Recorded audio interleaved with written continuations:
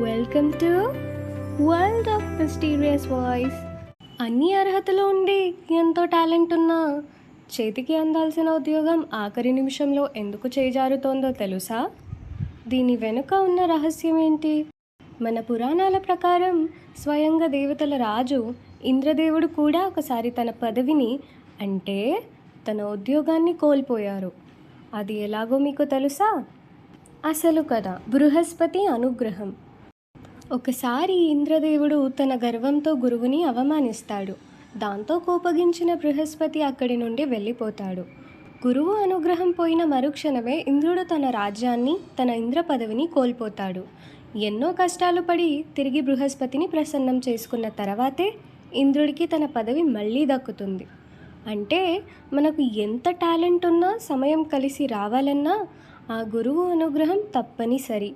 అందుకే మీరు కూడా ఉద్యోగ ప్రయత్నాల్లో సక్సెస్ అవ్వాలన్నా, కోరుకున్న ప్రమోషన్ రావాలన్నా ఈ బృహస్పతి మంత్రాన్ని పఠించడం చాలా శక్తివంతమైన మార్గం. ఆ మంత్రం ఏంటో ఇప్పుడు చూద్దాం. శుచిం అర్కైః బృహస్పతిం అధ్వరేషు నమస్యత అనామవోజః ఆచకే. శుచిం అర్కైః బృహస్పతిం అధ్వరేషు నమస్యత అనామవోజః ఆచకే. శుచిం అర్కైః బృహస్పతిం అధ్వరేషు నమస్యత అనామవోజః ఆచకే. శుచిం అర్కైః బృహస్పతిం అధ్వరేషు నమస్యత అనామవోజః ఆచకే. ఈ మంత్రం పఠించే ముందు మీరు పాటించవలసిన కొన్ని ముఖ్యమైన నియమాలు. ఉదయాన్నే తలారా స్నానం చేసి శుభ్రమైన బట్టలు ధరించండి.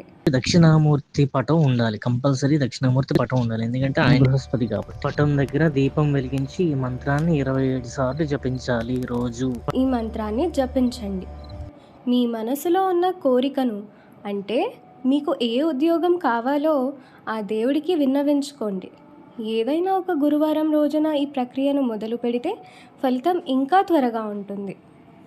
నమ్మకంతో ప్రయత్నించండి, తప్పకుండా మంచి ఉద్యోగం మీ సొంతం అవుతుంది. ఈ వీడియో మీకు నచ్చితే మీ ఫ్రెండ్స్కి కూడా షేర్ చేయండి.